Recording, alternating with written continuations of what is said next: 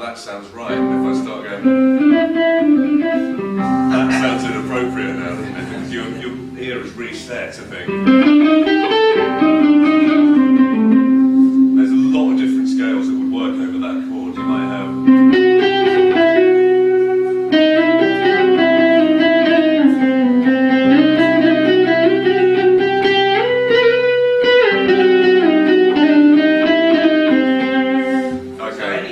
That's got the fifth and the root note in all fit, won't it?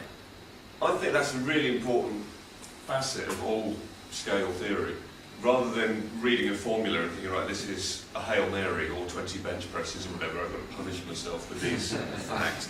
All any scale is, based on the assumption that any music you play will have a key at any given moment.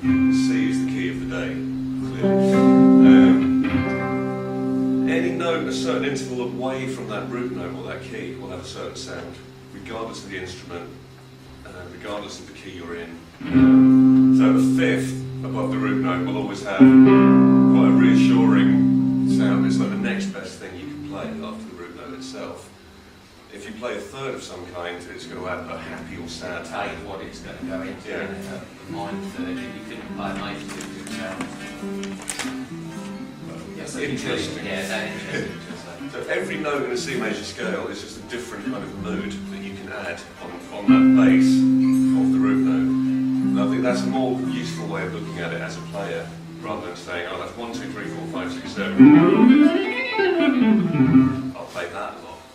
What you don't get just by running up and down the scale is a feel for what makes each of those notes different. And then when you look at how chords are made and stuff like that, that's why chords are generally made in Western music from a root, a third and a fifth, because those notes have a certain priority. There's something more stable about the way they sound. They tell you more about the basic mood of the music. And other notes like the 4 or the 6, the 7 even, they're more like decorations. They add new details to the sound of the music, but they're not as important as the basic 1, 3, 5 details. So that's pretty much why we started with the major scale, because any sound you hear in any piece of music can be described by comparing it to that formula for a major scale.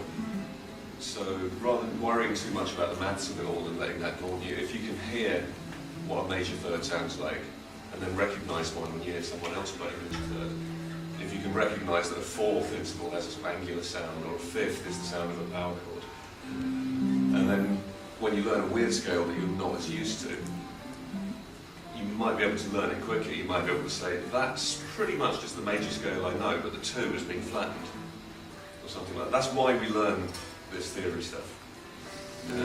It's kind of useless by itself. As a way of describing sounds and identifying sounds, it starts to become really helpful.